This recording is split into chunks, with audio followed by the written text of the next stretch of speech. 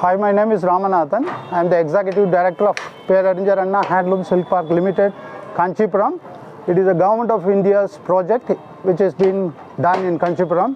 And we have a new loom here. It is going to be a surprise for many of the people. It's called as Hobby Loom. This loom is targeting, will be targeting for senior citizens as well as kids. It will be very easy to use. And this loom can also be used by professionals for modeling, taking samples.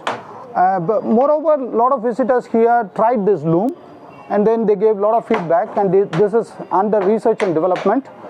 This will be released in another 6 months with the full version, commercial product will be released. We can ask how it is going to be. Easier. Okay, he said it is quite easy to weave, and you can test it yourself if you want.